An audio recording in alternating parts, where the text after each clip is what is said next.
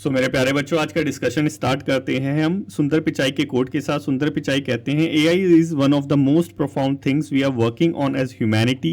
It is more profound than fire and electricity. तो देखो मेरे प्यारे बच्चों, ये जो कोट है बहुत ही इंपॉर्टेंट कोट है। यहाँ पे हमारी जो सुंदर पिचाई है, एआई का जो पोटेंशियल है उसके बारे में बताना चाहते हैं कि जो एआई है, जितनी भी ह्यूमंस ने अभी तक डिस्कवरी करी है, जैसे हमने फायर की डिस्कवरी करी है जिसकी वजह से हम सर्वाइव कर पाए, हमारा सिविलाइजेशन आ पाया, या फिर इलेक्ट्रिसिटी की डिस्कवरी करी है जिसकी वजह से हम मॉडर्न ही एडवांस हो पाए। तो ये जो एआई है, ये इन दोनों जो हमारी जो अब तक की ह्यूमैनिटी की कंट्रीब्यूशन है इसको सरपास कर देगा। तो यही कुछ कोट का मतलब है कि जितने भी हमने अभी तक अचीवमेंट करी है, चाहे वो हेल्थ में हो गई, चाहे वो साइंस में हो गई, कम्युनिकेशन में हो गई, ईटीसी में हो गई, तो ये जो पोटेंशियल है एआई का, ये इसको भी सरपास कर देगा और इसको कहीं ना कहीं कंट्रीब्यूट करेगा। तो यही कुछ हमारा मतलब है एआई का, हमारे सुंदर पिचाई का, कि एआई का जो पोटेंशियल है वो बहुत ही ज़्यादा इमेंस है हमारी ह्यूमन सिविलाइजेशन के लिए। आई होप आप समझ गए होंगे एआई का क्या पोटेंशियल है। हमने एआई से रिलेटेड जो कोड, एआई से रिलेटेड जो एक एडिटोरियल था वो भी डिस्कस करा था अपने पिछले पुराने जो डेली डिस्पैच डिस्कशन हुआ था उसके अंदर। आज हम इसको डिस्कस करेंगे। यहाँ पे बेसिकली ये बताया गया है कि हमारी इंडिया के अंदर, आपको पता है, एआई से रिलेटेड चीज़ें चल रही हैं और इंडिया जो है वो एआई सेफ्टी इंस्टीट्यूट को जो इस्टेब्लिश भी करना चाहता है। तो उसी पे ये बेसिकली जो हमारा आज का एडिटोरियल है, इंडियाज़ एआई मिशन, इंडिया का जो एआई मिशन है उसके ऊपर इंपॉर्टेंट एडिटोरियल है। क्यों? क्योंकि ये जो है हॉट बर्निंग टॉपिक है और सीएपीएफ एग्जाम के अंदर ऐसे कई टॉपिक भी पूछे गए हैं और पूछे जा भी सकते हैं। ठीक है, तो ये हमारे लिए तो इंपॉर्टेंट है। तो अपना डिस्कशन स्टार्ट करते हैं अपने एम के साथ। हमारा क्या एम है बच्चों? अपने नॉलेज पूल को बढ़ाना। क्या एम है हमारा? अपने नॉलेज पूल को बढ़ाना, धीरे धीरे हमारी जो नॉलेज है उसको इंक्रीज करना, ताकि हम हर एक डायमेंशन को समझ पाए और एक मल्टी डायमेंशन जो ऐसे है उसको लिख पाए। चलो ज़्यादा देरी नहीं करते, अपना डिस्कशन स्टार्ट करते हैं। जैसे मैंने आप सभी को बताया कि हमारा जो इंडिया है वो एडवांस कर रहा है आर्टिफिशियल इंटेलिजेंस के अंदर। एआई का मतलब होता है आर्टिफिशियल इंटेलिजेंस, और इसके लिए हमने जो है अपना इंडिजीनियस, हमारा जो देसी मॉडल है एआई का, उसको लॉन्च कर दिया है। और हम एआई सेफ्टी इंस्टीट्यूट को भी इस्टेब्लिश कर रहे हैं। और ये जो दोनों चीज़ें हैं ये हमारे मिशन के अंदर आती है, India's AI mission. India AI mission, हमारा इंडिया एआई मिशन बेसिकली क्या है कि हमारे एआई को, जैसे कि आप सभी को पता है कि एआई का जितना पोटेंशियल है उतना वो हार्म भी कर सकती है हमारी ह्यूमैनिटी को। तो उस एआई को हमें सेफ बनाना है, ट्रस्टेड पिलर बनाना है। तो यही हमारा इंडिया का एआई मिशन है, safe and trust banana, safe and trusted इसको बनाना, किसको? हमारे एआई को। और इसी के लिए जो हमारी इंडिया है वो प्रयास कर रहा है, इंडिजीनियस मॉडल लेके आया और एक इंस्टीट्यूट भी इस्टेब्लिश कर रहा है।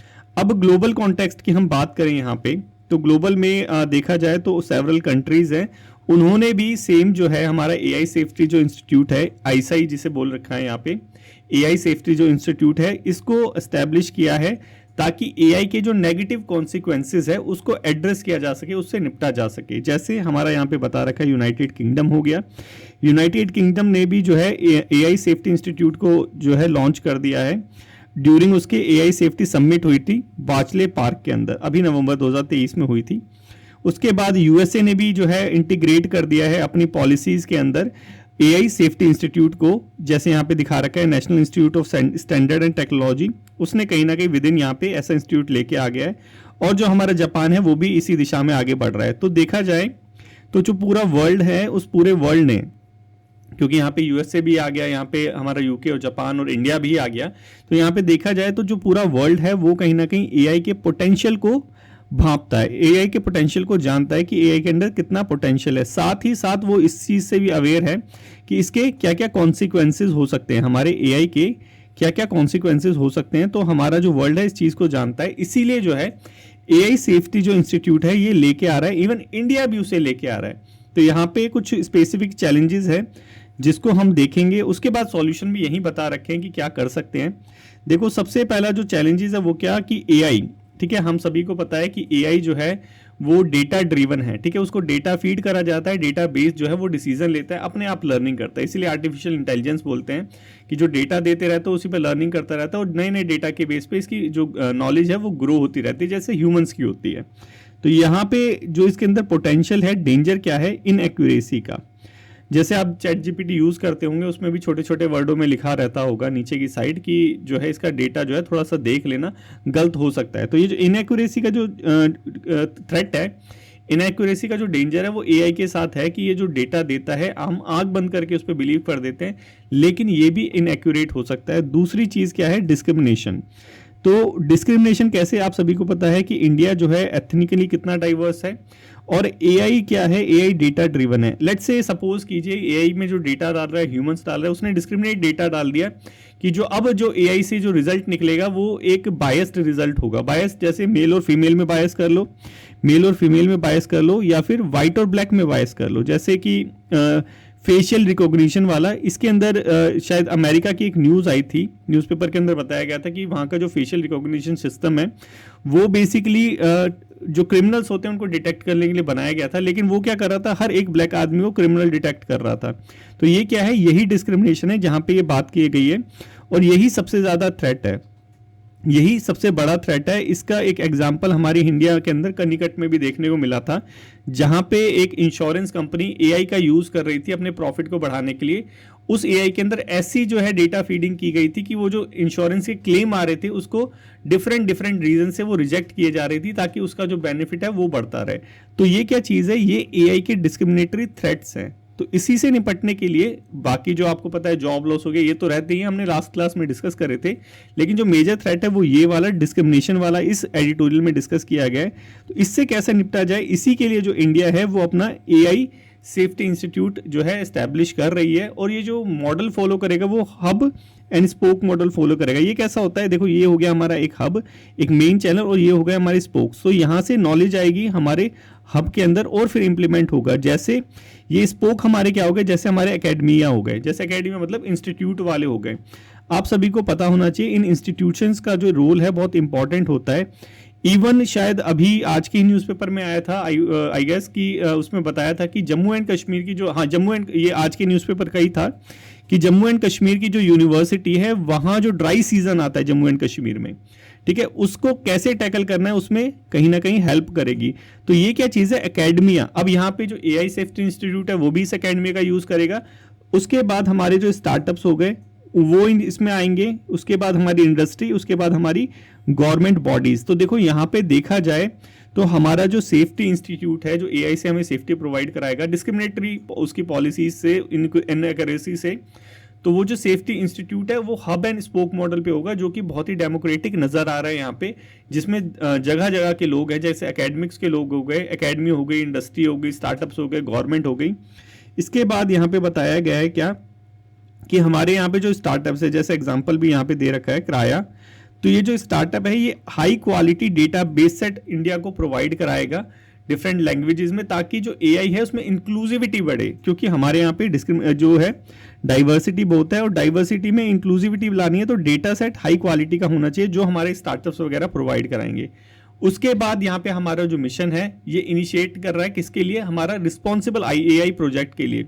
तो इसके अंदर क्या क्या चीज़ें आएंगी, इसमें फोकस होगा वाटर मार्किंग पे, ताकि जो है डुप्लीकेसी ना हो सके, एथिकल फ्रेमवर्क डेवलप किया जाएगा, रिस्क असेसमेंट किया जाएगा, और जो डीप फेक डिटेक्शन है उसको किया जाएगा, ताकि इसके जो कॉन्सिक्वेंसेज है, नेगेटिव जो कॉन्सिक्वेंसेज है मेरे प्यारे बच्चों, उससे बचा जा सके। तो ये हमने एक डायमेंशन तो समझ लिया भाई कि क्या क्या चैलेंजेस हैं और कैसे हमारे जो सेफ्टी इंस्टीट्यूट हैं उससे बच सकते हैं, ठीक है। उसके बाद यहाँ पे बता रखा है ग्लोबल लेवल का।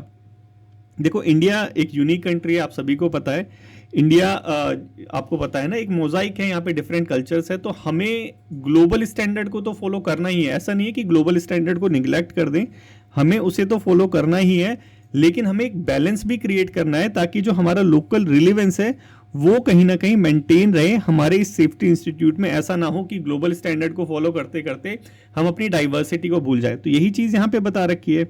उसके बाद यहाँ पे बता रखा है कि अब ग्लोबल लेवल पे एआई सेफ्टी इंस्टीट्यूट होंगे, आपस में कोलैबोरेट भी करेंगे, तो उनकी जो टैक्सोनॉमी है, टैक्सोनॉमी मतलब जो वर्डिंग है, जो प्रॉम्प्ट है, जो कमांड है, वो कहीं ना कहीं एक यूनिफाइंग होनी चाहिए, एक प्रॉपर डेफिनेशन होनी चाहिए, क्या होना चाहिए क्या नहीं होना चाहिए, प्रॉपर सेट, सारी चीज़ एक जैसी होनी चाहिए थ्रू आउट द ग्लोबल। तो यही यहाँ पे बता रखा है, एआई सेफ्टी जो टैक्सोनॉमी है ग्लोबल स्टैंडर्ड की होनी चाहिए, एक यूनिफाइंग टैक्सोनॉमी होनी चाहिए, टर्मिनोलॉजी होनी चाहिए, ठीक है। उसके बाद यहाँ पे और चीज़ बता रखी है क्या कि ये जो हमारा होगा एआई सेफ्टी इंस्टीट्यूट, इसके अंदर एक नोटिफिकेशन फ्रेमवर्क को भी इस्टेब्लिश करना चाहिए जो international AI model notification framework पे बेस्ड होगा। मतलब क्या कि लेट्स से किसी एक पर्टिकुलर सेफ्टी इंस्टीट्यूट ने जो कुछ एक नई चीज़ को ऑर्गेनाइज करा है, तो उस चीज़ को कैसे शेयर किया जाए, वो ट्रांसपेरेंसी, वो कोऑर्डिनेशन और गवर्नेंस के बीच में वो कैसे होगा, इस नोटिफिकेशन सिस्टम के थ्रू। तो आप समझ गए होंगे इसका क्या मतलब है। उसके बाद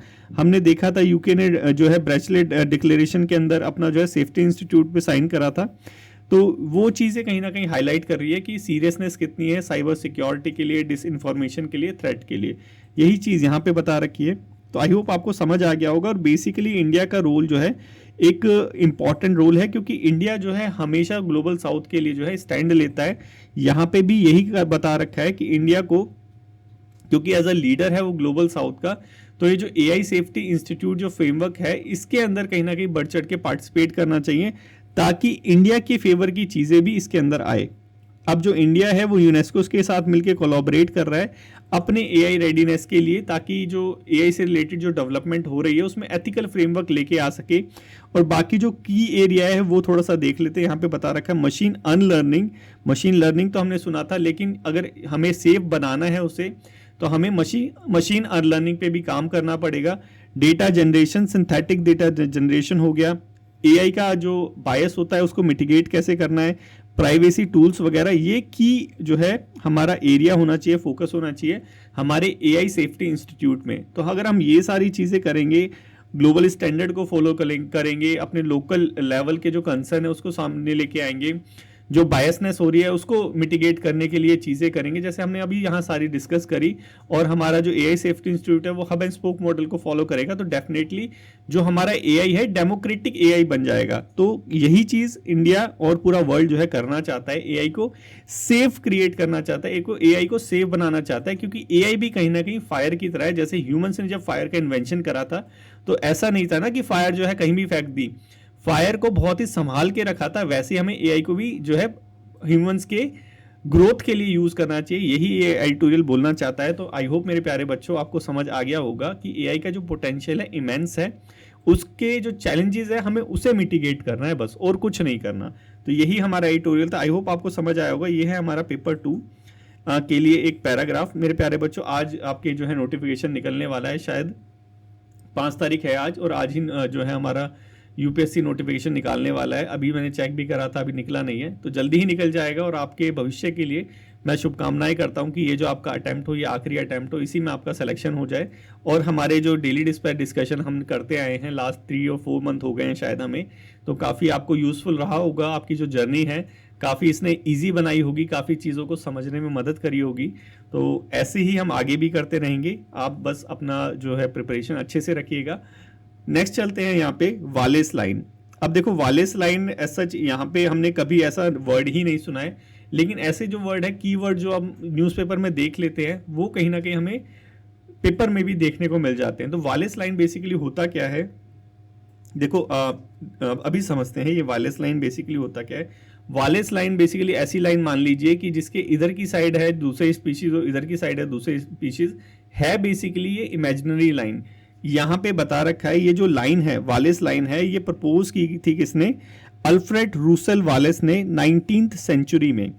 ये बेसिकली एक इमेजिनरी लाइन है जिसे बायोजियोग्राफिकल बाउंड्रीज भी कह सकते हैं। जैसे हमारा ये हो गया एक लाइन, ठीक है, ये है हमारी वालेस लाइन। ये क्या है, बायोजियोग्राफिकल बाउंड्री है। इधर की साइड जो है एशियन स्पीशीज मिलती है, इधर की साइड ऑस्ट्रेलियन स्पीशीज मिलती है। ऑल्थो इनके बीच में जो डिस्टेंस है बहुत ही कम है, लेकिन स्पीशीज एकदम डिफरेंट है। जैसे यहाँ पे टाइगर और ओरांगुटान मिलते हैं, यहाँ पे कैरूज और ये कोकाटोज मिलते हैं। तो ये जो लाइन है, ये वालेस लाइन इसलिए बता रखा है कि इसके जो इधर यहाँ के दोनों की साइड जो जीव हैं, जो स्पीशीज है, वो बहुत ही डिफरेंट है। ऑल्थो इनके बीच में जो डिस्टेंस है ये बहुत ही कम है, इसलिए इसे हम क्या कहते हैं, bio geographical boundary, imaginary line है। आई होप आप समझ गए होंगे वालेस लाइन क्या होता है, कहाँ से रन करती है। बाली से लैम्बोक, बोर्ने और सुलावेसी। बेसिकली अगर देखा जाए तो ये बेसिकली एशिया और हमारे ऑस्ट्रेलिया को डिवाइड करने वाली लाइन है वालेस लाइन, ठीक है। बस इतना सा याद रखना है। क्यों ये वालेस लाइन बोलते हैं, क्योंकि ये दो जो ज्योग्राफी है उसको डिवाइड करती है, जहाँ पे अलग अलग तरह की स्पीशीज पाई जाती है, इसलिए इसे बायो जियोग्राफिकल बाउंड्री कहते हैं। यही चीज़ यहाँ पे इंपॉर्टेंट है, बस इससे ज़्यादा तो कुछ है नहीं। इंपॉर्टेंट इस बाउंड्री की इंपॉर्टेंस है हमारे इवोल्यूशन का पता लगाने के लिए, इवोल्यूशन का पता लगाने के लिए, स्पीशीज एडेप्टेशन का पता लगाने के लिए, और माइग्रेशन का पता लगाने के लिए। इस चीज़ के लिए ज़्यादा इंपॉर्टेंट है, बाकी सारी नॉर्मल चीज़ें हैं। आप पढ़ना चाहे तो पढ़ सकते हैं। अब ये हमारा क्वेश्चन नंबर 1 है मेरे प्यारे बच्चों, इसको कमेंट बॉक्स में कमेंट करो, देखो आया समझ या नहीं आया। नेक्स्ट हम चलते हैं, नेक्स्ट है हमारा ये मैटरनल मोर्टेलिटी रेट। देखो जो आज के न्यूज़पेपर में बेसिकली आया था कि इंडियन गवर्नमेंट जो टारगेट रखा था, इंडियन गवर्नमेंट ने जो टारगेट रखा था, उस टारगेट को तो हमने अचीव कर लिया मैटरनल मोर्टेलिटी रेट में। तो वो टारगेट बेसिकली क्या था, देखो टारगेट था हमारा, हमें अचीव करना था 100 लेके आना था, 100 मैटरनल मोर्टेलिटी रेट है। मैटरनल मोर्टेलिटी रेट कैसे नापा जाता है, डेथ पर 1 लाख लाइव बर्थ, डेथ पर 1 लाख लाइव बर्थ। और हमारे यहाँ पे अभी क्या चल रहा है, ये मैटरनल मोर्टेलिटी रेट 100 डेथ पर 1 लाख लाइव बर्थ, ये है हमारा मैटरनल मोर्टेलिटी रेट। और यहाँ पे 83% जो है ये डिक्लाइन हो गया। 1990 से बात करें तो 1990 हमें, आपको पता है ना, इकोनॉमिक फ्रीडम मिली थी उस टाइम पे, लिबरलाइजेशन वाला जो एलपीजी रिफॉर्म आया था, उस टाइम से देखा जाए तो 83% डिक्लाइन हो गया है, बहुत ही ज़बरदस्त अचीवमेंट है। उसके बाद इन्फेंट और चाइल्ड मोर्टेलिटी रेट भी यहाँ पे बता रखा है कि जो हमारी इन्फेंट मोर्टेलिटी रेट है ये भी ग्लोबली जो है डिक्लाइन हुई है, और अंडर 5 मोर्टेलिटी रेट ये भी डिक्लाइन हुई है, 75% ये, 69% ये।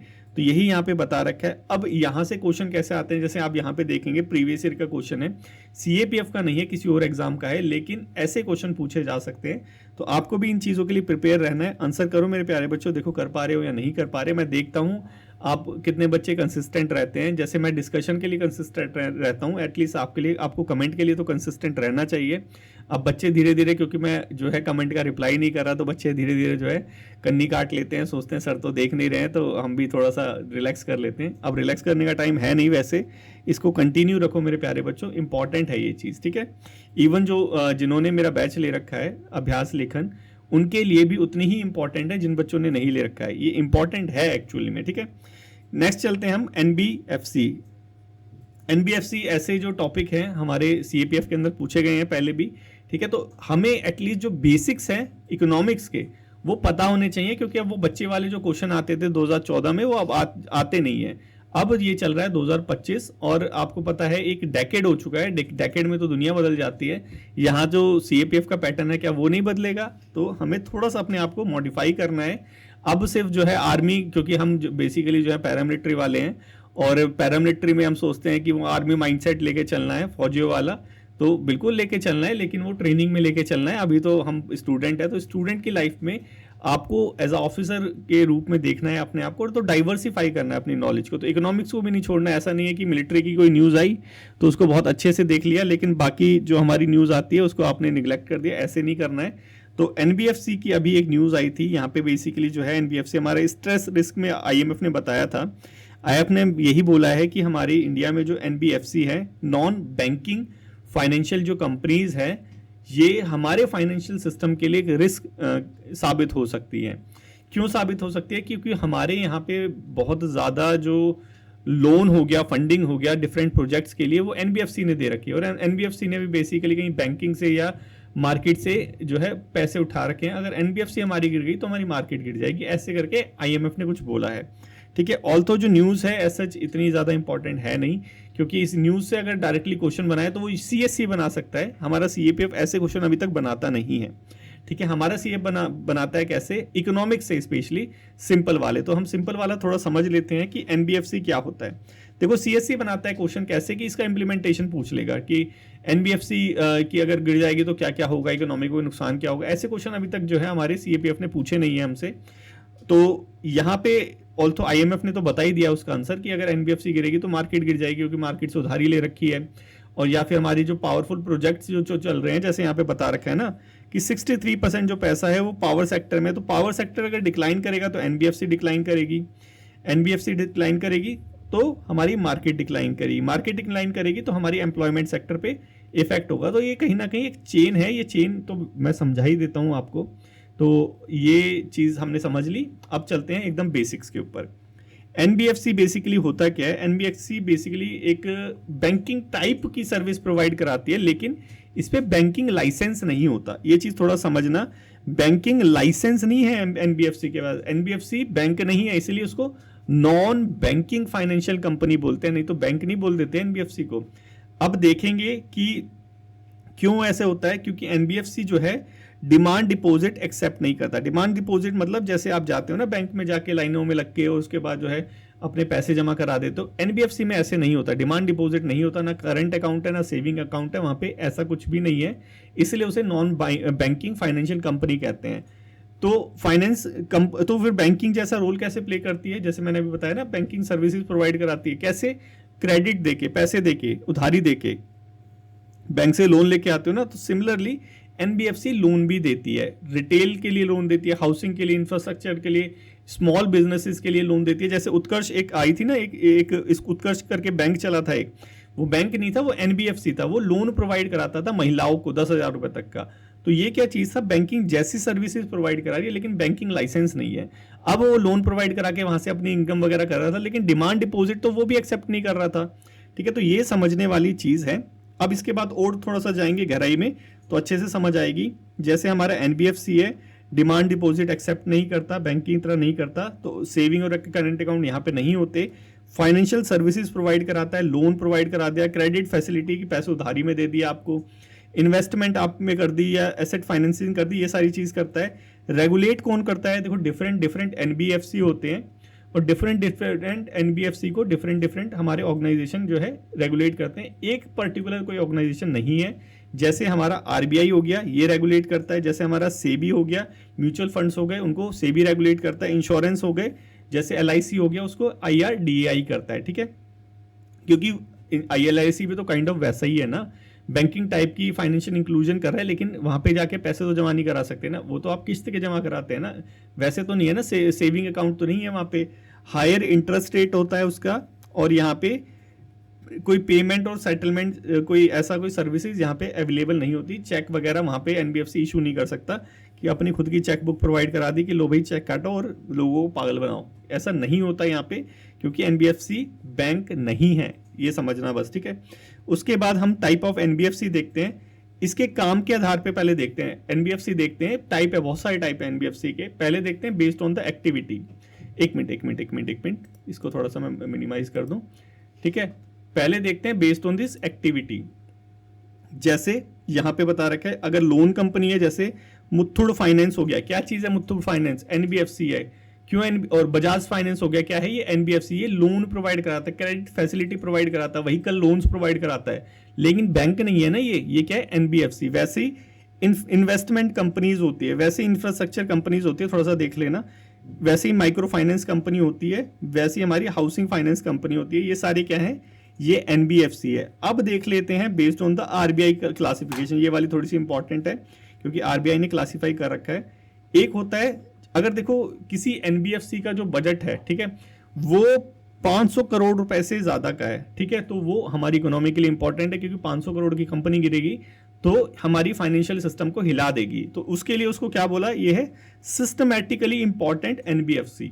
समझ आ गया, 500 करोड़ से ज्यादा की कंपनियां गिरेगी तो पूरी हमारी इकोनॉमी को भी हिला देगी, इसलिए उसको बोला ये क्या है, सिस्टमैटिकली इंपॉर्टेंट एनबीएफसी। उसके बाद हमारे यहाँ पे डिपॉजिट टेकिंग है, जैसे एलआईसी वगैरह हो गया ना, वहां पे आप पैसे जमा करा सकते हो, तो डिपॉजिट टेकिंग एनबीएफसी भी होती है। सेविंग अकाउंट, करेंट अकाउंट नहीं होता, लेकिन पैसे जमा करा सकते हैं, जैसे एलआईसी की किश्त। अब यहाँ पे एक होती है नॉन डिपॉजिट टेकिंग, कि यहाँ पे बिल्कुल भी पैसे आप जमा नहीं करा सकते, वहां से बस लोन वगैरह ले सकते हैं, जैसे हमारा बजाज फाइनेंस हो गया। ठीक है, तो ये है हमारी क्या, एनबीएफसी की क्लासिफिकेशन जो आरबीआई ने दी है। बाकी ये छोटे छोटे डिफरेंसेस है, इनको भी देख लेंगे, ताकि यहां से अगर कोई क्वेश्चन आता है तो हमारा वो हो जाए। ये है एनबीएफसी, ये है बैंक। ठीक है, एक्सेप्ट डिमांड डिपॉजिट एनबीएफसी नहीं करता, अभी हमने देखा, लेकिन बैंक करता है। रेगुलेटर कौन है, आरबीआई है एंड और भी है, लेकिन बैंक का कौन है, सिर्फ आरबीआई है, माई बाप। चेक इशू करता है, एनबीएफसी नहीं करता, अभी तो हमने पता लगाया, बैंक करता है। पेमेंट सिस्टम एनबीएफसी में नहीं होता बच्चों, अभी तो मैंने बताया, लेकिन बैंक में होता है। क्रेडिट क्रिएशन, भाई उधारी तो देता है ना एनबीएफसी। बजाज फाइनेंस देखो पैसे नहीं देता आपको जब आप जो है स्कूटर लेने जाते हो या मोटरसाइकिल लेने जाते हो, सिमिलरली बैंक भी देता है। प्रायोरिटी सेक्टर लैंडिंग, देखो प्रायोरिटी सेक्टर लैंडिंग जैसे कि एग्रीकल्चर सेक्टर को प्रायोरिटी पे लगती है लैंडिंग देनी है, ये बैंकिंग के अंदर होता है, उसमें मैंडेटोरी होता है कि करना ही है, लेकिन एनबीएफसी में ये मैंडेटोरी नहीं है। बस इतना थोड़ा सा याद रखना। जब आप बैंकिंग सेक्टर पढ़ोगे तब ये जो प्रायोरिटी सेक्टर लैंडिंग है इसको भी पढ़ोगे कि गवर्नमेंट ने, क्योंकि ऐसा हो रहा था ना कि जो स्मॉल हमारे जो मार्जिनलाइज फार्मर थे उनको जो पैसा जो है लोन मिल नहीं पा रहा था, उन पे फंडिंग की कमी रहती है ना, क्योंकि जब ये हुआ था ग्रीन रेवोल्यूशन, उसके टाइम जो फार्मर्स के बीच में भी वो आ गया था, कोई अमीर हो गया था कोई गरीब हो गया था। रीज़न क्या था? पैसे नहीं मिल पा रहे थे। तो गवर्नमेंट ने क्या करा कि स्मॉल एंड मार्जिनलाइज फार्मर और बहुत सारे ऐसे सेक्टर्स हैं जिनमें बोला कि यहाँ पे फंडिंग देनी ही देनी है, लेट्स से 10% फंडिंग देनी है टोटल बजट की। तो बैंक के टोटल बजट की 10% जो है लोन इनको देना ही देना है। तो ये मैंडेटोरी है आरबीआई के अकॉर्डिंग, बैंक के ऊपर, एनबीएफसी के ऊपर नहीं है। ये है हमारी प्रायोरिटी सेक्टर लैंडिंग, ठीक है। तो ये हो गया हमारा क्या, एनबीएफसी इंपॉर्टेंट था, इकोनॉमी का टॉपिक था। आई होप समझ आ गया होगा मेरे प्यारे बच्चों। क्वेश्चन नंबर है 3, कमेंट बॉक्स में कमेंट करो, देखो मैं आंसर दूं या कमेंट बॉक्स का ना दूं, देखता मैं ज़रूर हूं, ठीक है। थोड़ा सा भी बिजी हो रहा हूं इसलिए नहीं दे पाता, लेकिन जैसे मैं डिस्कशन लेके आता हूं वैसे आपको कमेंट ज़रूर करना है, अपनी अकाउंटेबिलिटी से पीछे नहीं हटना। नेक्स्ट चलते हैं। नेक्स्ट है देखो ये वाला, मैंने आपको बताया था ना वो सरपंच पति वाली प्रॉब्लम, देखो यहाँ पे फिर आज न्यूज़ में आ गई। तो ये होता रहता है कि जो हमारी वुमेन सिलेक्टेड होती हैं लेकिन उनके जो हस्बैंड है वो कहीं ना कहीं शपथ लेते हैं। जैसे यहाँ पे देखो दिख रहा है एकदम, इलेक्टेड वुमेन और हस्बैंड ले रहे हैं क्या, शपथ। तो ये क्या चीज़ है, यही है सरपंच पति की प्रॉब्लम। तो वुमेन एम्पावरमेंट वाले टॉपिक पे या फिर लोकल गवर्नेंस वाले टॉपिक पे जो प्रॉब्लम में अगर चैलेंजेस में लिखो तो ये प्रॉब्लम ज़रूर लिखना, और यहाँ से इस एग्जाम्पल को भी ले लेना, न्यूज़पेपर के अंदर आया द हिंदू की, according to the Hindu report Chhattisgarh में सेम ये घटना हुई, ऐसे करके भी आप लिख सकते हो, ठीक है। तो आज के डिस्कशन में मेरे प्यारे बच्चों इतना ही है। आई होप आपको समझ आ गया होगा। अगर अच्छा लगा हो तो लाइक शेयर और कमेंट करना मत भूलना। Thank you so much for today's discussion.